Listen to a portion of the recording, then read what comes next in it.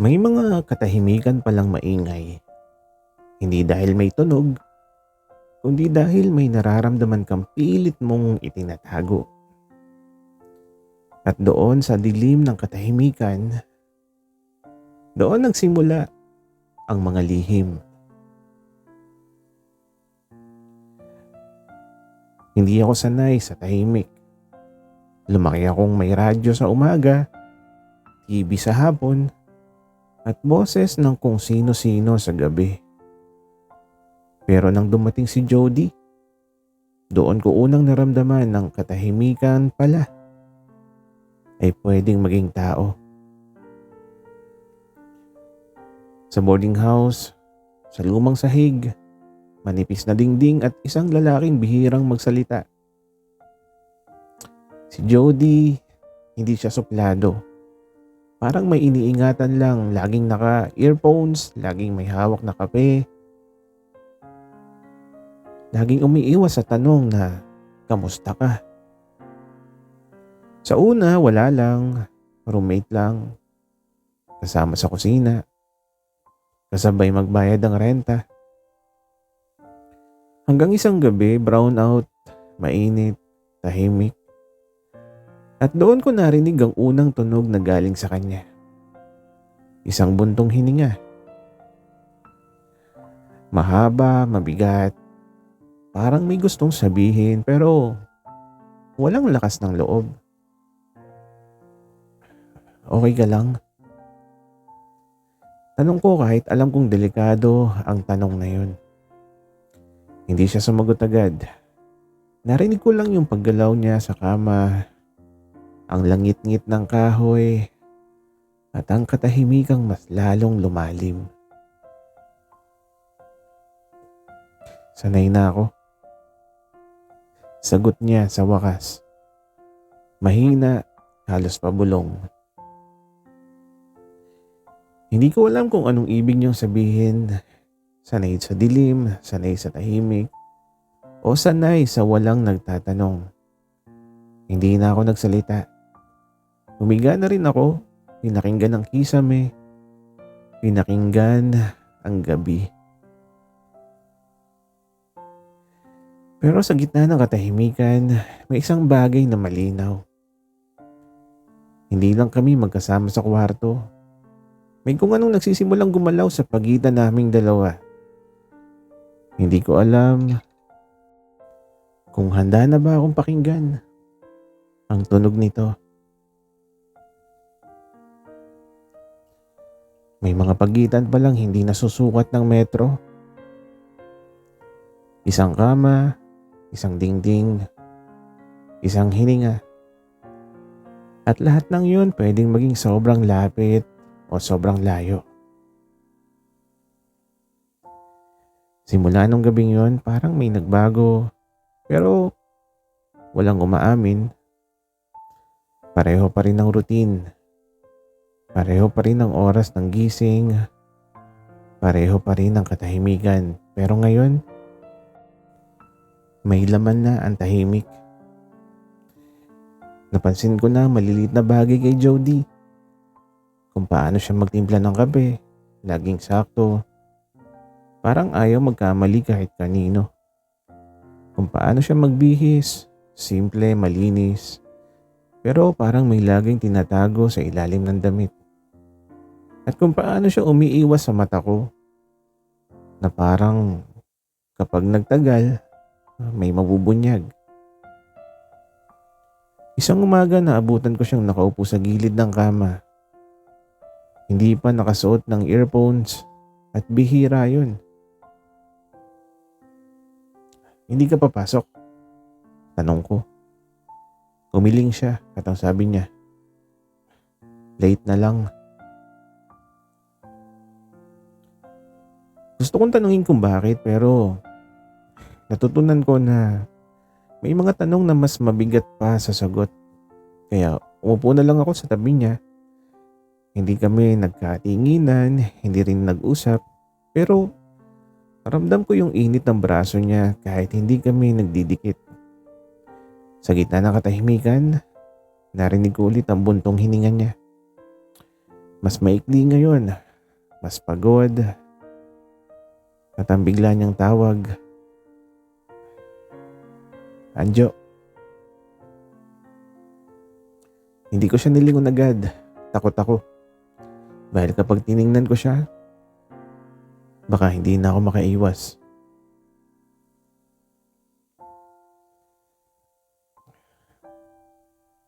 May mga bagay ka bang hindi mo sinasabi kahit gusto mo? Tanong pa niya sa akin. Napangiti ako, hindi dahil masaya kundi dahil tama siya sa pinakamasakit na parte. At ang sagot ko, marami. Pero minsan mas tahimik sila kapag hindi binibigkas. Tumango siya at sa unang pagkakataon, tiningnan niya ako. Hindi matagal, pero sapat para makita ko yung takot, yung pagod, at ang isang bagay na hindi ko pa kayang pangalanan. Tumayo siya bigla, isinod yung earphones at bumalik sa kama. At naiwan ako nakaupo, hawak ang katahimikan na mas mabigat pa sa ingay. At doon ko naintindihan, hindi lahat ng distansya ginagawa para umiwas. Yung iba ginagawa para hindi masaktan muna. May mga katotohanang hindi kailangang isigaw para marinig. Minsan isang bitak lang sa katahimikan sapat na. Umuulan ng gabing yun, hindi malakas, hindi rin mahina. Yung tipong sapat lang para manatili ka sa loob at makinig sa sarili mo. Wala kaming ilaw sa kwarto. Ayaw naming magsindi. Parang pareho kaming takot kung anong makikita kapag lumiwanag. At si Jody ang unang nagsalita.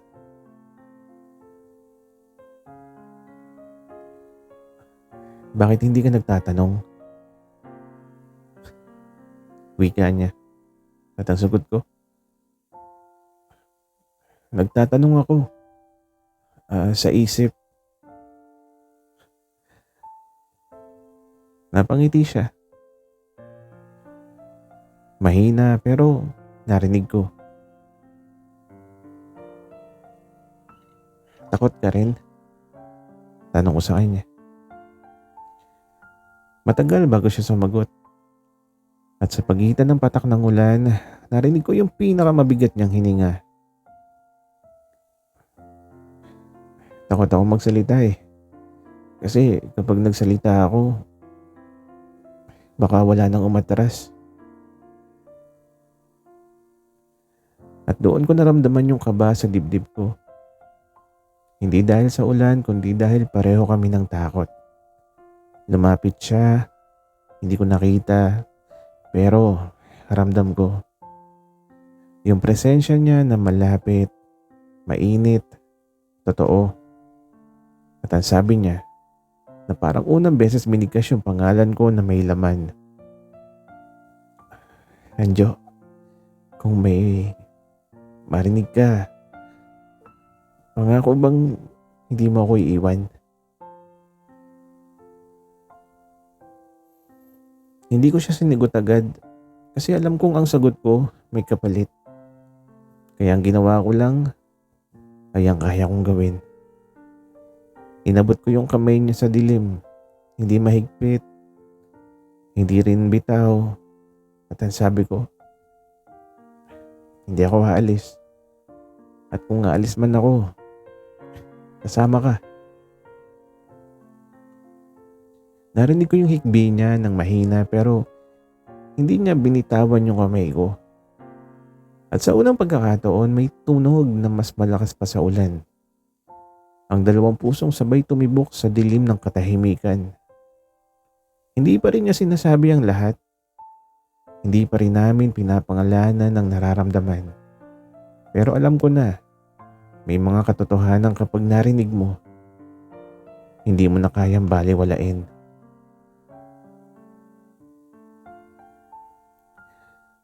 May mga lihim na hindi mo alam kung saan mo ilalagay. Sa bulsa, sa dibdib, o sa pagitan ng mga ngipin na pilit kang pinipigilan. Pero kapag tumagal, magkakaroon ng sariling buhay ang lihim. At kapag nagising to, mahirap na tong patayin. Pagkatapos ng gabing maulan, iba na ang hangin sa kwarto.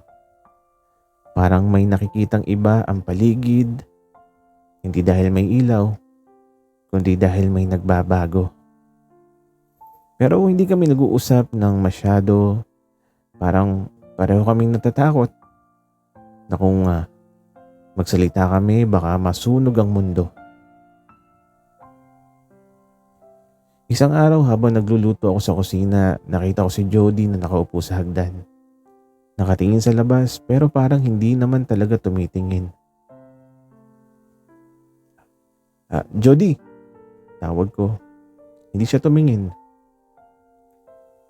May problema? Tanong ko ng malumanay. Tumango siya at ang sabi niya, may tumawag. Hindi ko alam kung anong ibig sabihin niya pero naramdaman ko yung lamig sa dibdib ko. At ang sabi pa niya, ewan ko, pero parang hindi siya tao. Nagtaka ako. Anong ibig mo sabihin? Tanong ko. Ngumiti siya pero hindi yung ngiti na masaya. Yung ngiting parang may sinasabi na hindi niya kayang ipaliwanag. Hindi mo ba naririnig? Tanong niya sa akin. Ha? Anong naririnig ko? Wika ko naman. At doon sa pagitan ng mga tunog ng kalye, narinig ko rin. Isang boses na mababa, malayo pero may tinig na pamilyar. Parang pangalan. Parang Jody. Tumayo siya, kumapit sa kamay ko ng mahigpit at ang sabi niya, hindi ka dapat nakakita. At sa unang pagkakataon naalala kong isang bagay na tinatago ko ng matagal. Si Jody hindi lang tahimik, hindi lang may takot. Mayroong nakaraan. Sumunod kami sa hagdan, papunta sa likod ng bahay. At doon sa dilim may isang lalaki na nakatayo. Hindi siya matanda, hindi rin bata. Pero may titig na parang kayang sirain ang mundo.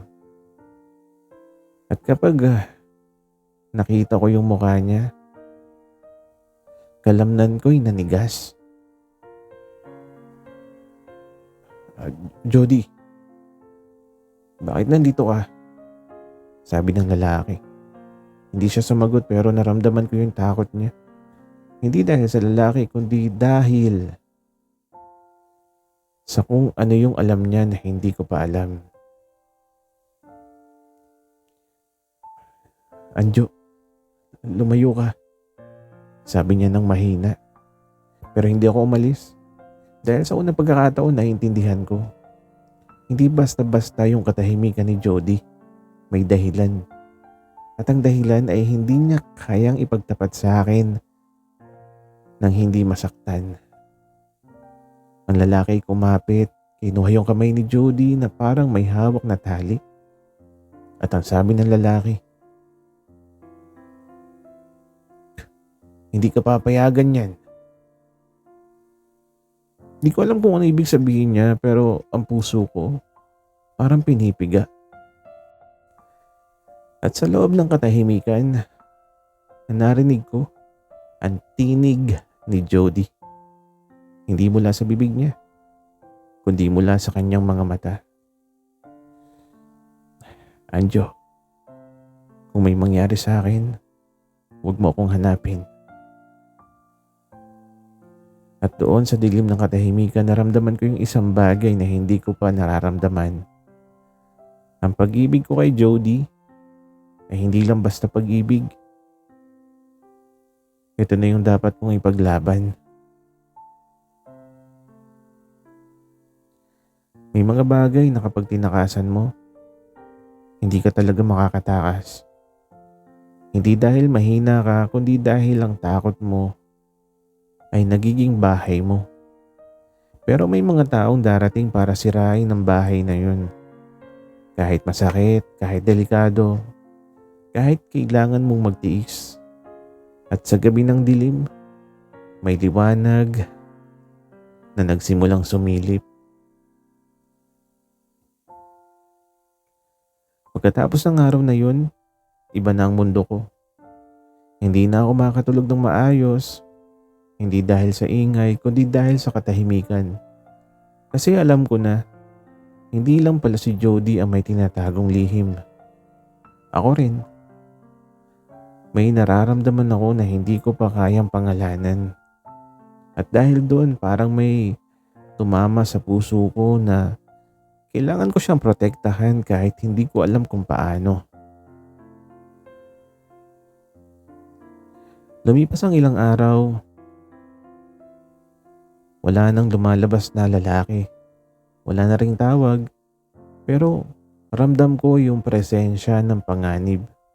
Hanggang isang gabi, nakatulog ako sa sala. Gabi na, malamig at tahimik. Biglang may kumatok sa pintuan. Hindi ko sinagot agad pero may pumasok na hangin na malamig na parang may daladalang banta. May kumatok muli ng mas malakas. Hindi ko alam kung bakit pero bumangon ako. Binuksan ko yung pinto at naroon siya. Si Jody. Basang-basa. Tila bagong labas sa ulan. At ang sabi niya, "Anjo, lumayo ka." Bakit? Dahil papatayin niya ako. Sagot niya.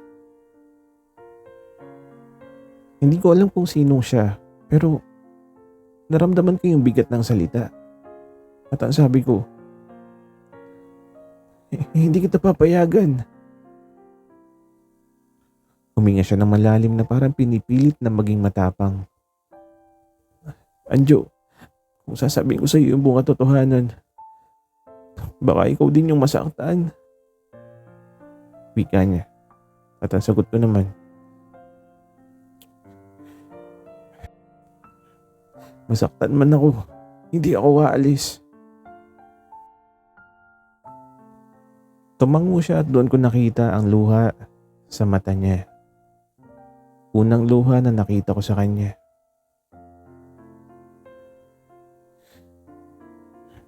"Ang lalaki na nakita mo, hindi lang basta tao." Sabi niya. At ang tanong ko, "Anong ibig mong sabihin?" At ang sabi niya ng dahan-dahang may binunot na isang maliit na bag sa kanyang bulsa. "Ito." Inilabas niya isang larawan. Larawan ni Jody nung bata pa. Nakangiti, masaya na parang walang iniintinding mundo. Pero may isang tao sa likod niya. Isang lalaki na may malamlam na ngiti. At ang sabi ni Jody, "Siya yung tatay ko." At bigla, lumakas yung tunog ng puso ko. "Ang tatay mo?" Wika ako. At ang sabi niya, "Hindi ako ganito dahil gusto ko." Ginawa niya akong tahimik, ginawa niya akong takot. At kapag sinabing hindi, pinaparusaan niya ako. Tumayo siya at lumapit sa akin. At hinawakan ang mukha ko. "Anjo, hindi ako basta takot. Ako'y nakulong. At doon ko naintindihan, hindi lang si Jody ang may lihim. May taong nagmamay-ari sa kanya. At ako, para sa unang beses sa buhay ko, hindi ako takot. Dahil mas takot ako na mawala siya. At ang tanong ko, papayagan mo ba akong lumaban? Ngumiti siya na halos hindi makapaniwala. Kung kasama mo ako, oo. Wika niya. Sumama kami sa labas ng boarding house. Tahimik ang paligid na parang alam ng mundo na may darating na bagyo. At sa dilim, naging maliwanag ang mata ko. Dahil nakita ko ang lalaki, ang tatay ni Jody. Nakatayo siya sa kanto, nakatingin sa amin. Na parang alam niya na may taong sasagot. Lumapit siya ngunit hindi ako natakot. At ang sabi niya, "Anjo, huwag mo siyang guluhin." At ang sagot ko, "Hindi siya pag-aari mo." Tumayo si Jody sa harap ko. Hawak ko yung kamay ko. At ang sabi niya na nanginginig yung boses, "Hindi mo siya pagmamayari. Pero hindi ko na kaya yung takot." At doon sa gitna ng dilim, nangyari ang hindi ko inaasahan. Hindi kami nag-away, hindi nagkaroon ng sigaw, kahit may galit sa mata ng lalaki. Ang ginawa niya ay mas masakit. Pinilit niyang kumatok sa puso ni Jody na parang pinto. At ang sabi niya,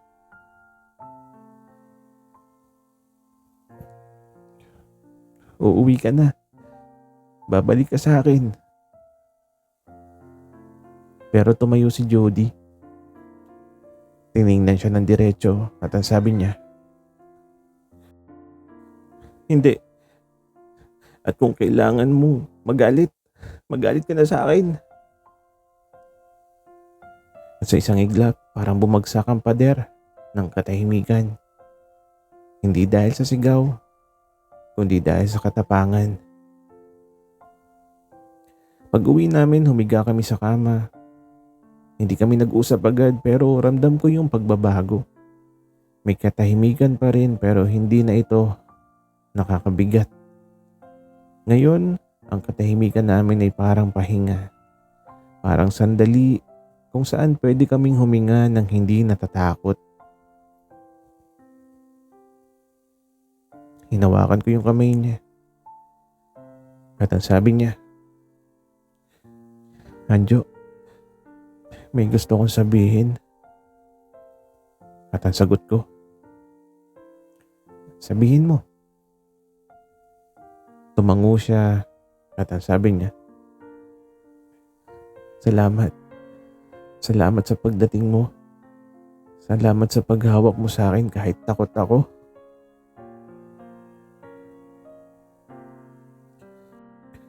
Hindi ko siya sinagot agad.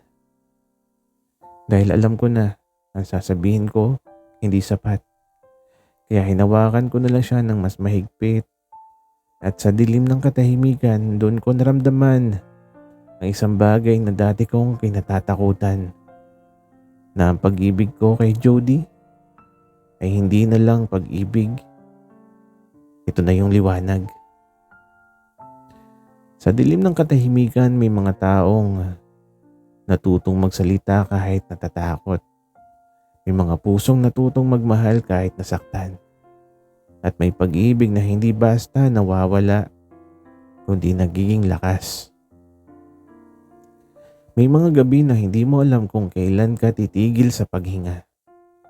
Hindi dahil pagod, kundi dahil sa takot. Pero may isang bagay na mas malakas sa takot. Ang pag-ibig. At kapag dumating na, hindi ka na maghihintay ng liwanag. Ikaw na ang mag-iilaw. Pagkatapos ng gabing yun, parang nagbago ang mundo namin. Hindi dahil nawala ang panganib, kundi dahil natuto kaming harapin ito. Ang tatay ni Jody, hindi agad nawawala.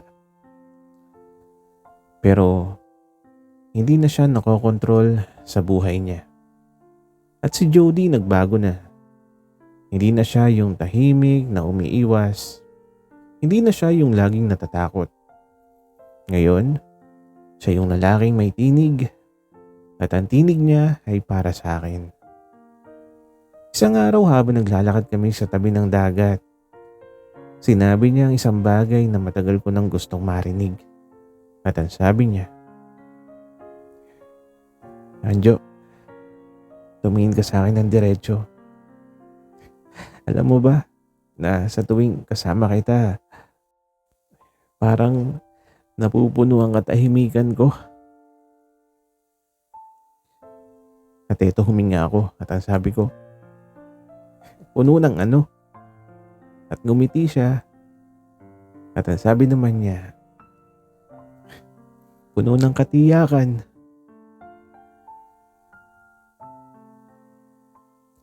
Hindi ko alam kung paano ko sasabihin pero ramdam ko sa dibdib ko na lumalakas yung tibok ng puso ko. At ang sabi ko, "Jody, hindi mo kailangang takutin yung sarili mo. Hindi mo kailangang itago yung sarili mo. Dito ka lang, sa akin." Lumapit siya, tinawakan ng kamay ko. At ang sabi niya, "Anjo, gusto kong sabihin sa'yo na mahal kita." Hindi ko inaasahan ang lakas ng salita niya. Mabigat, totoo, at parang lumakas ang mundo sa paligid ko. At ang sagot ko, "Gusto rin kita. Naasabihin sa'yo na mahal din kita." At doon sa harap ng dagat, sa harap ng araw na unti-unting lumulubog, nangyari ang isang bagay na matagal ko nang pinangarap. Hawak kamay kaming tumayo at sa unang pagkakataon hindi kami natakot. Hindi kami natatakot sa hinaharap, hindi kami natatakot sa nakaraan. Kasi alam namin kung may mga magtutulak sa amin pabalik sa dilim, hindi kami babalik. Magkasama kami. Lumipas ang ilang buwan, naging mas matatag si Jody. Naging mas masaya at sa bawat araw, hindi ko na kailangang magtanong kung okay siya. Dahil nakikita ko sa mata niya ang buhay at sa huli, nagdesisyon kami. Tumakas kami, hindi dahil takot kami sa tatay niya, kundi dahil ayaw na naming mabuhay sa takot. Lumipat kami sa ibang lugar, sa ibang lungsod, sa ibang simula. At doon sa isang maliit na apartment, sa isang tahimik na gabi, pinatay namin ang ilaw. Hindi dahil takot kami, kundi dahil gusto namin pakinggan ang isa't isa. At sa dilim ng katahimikan, hindi na kami nag-iisa. Sa dilim ng katahimikan, may mga taong natututong umibig. May mga pusong natututong magsalita. At may mga buhay na natututong magpakatotoo. Ang pag-ibig hindi palaging maliwanag, pero kapag ito'y totoo, ito'y maging ilaw sa pinakamadilim na gabi. Makalipas ang ilang taon, nagbalik kami sa lugar na unang pinagtagpuan namin ng lihim. Doon kami naglakad, nagbalik sa mga alaala at nagmuni-muni. At ang tanong ko, naalala mo ba? Ngumiti si Jody at ang sabi naman niya, naalala ko. Naalala ko yung takot pero mas naalala ko yung pag-ibig. Hawak yung kamay ko. Tumingin siya sa akin at ang sabi niya, Anjo, salamat sa pagliligtas sa akin hindi sa takot, kundi sa sarili ko. At ngumiti ako at ang sabi ko naman, at salamat sa pag-ibig mo na nagbigay liwanag sa dilim ng katahimikan. At doon sa tahimik na gabi sa ilalim ng bituin, naging maliwanag ang mundo namin. Hindi dahil sa ilaw, kundi dahil sa pag-ibig. Sana'y nagustuhan nyo ang aming kwento. Maraming salamat sa inyong pakikinig.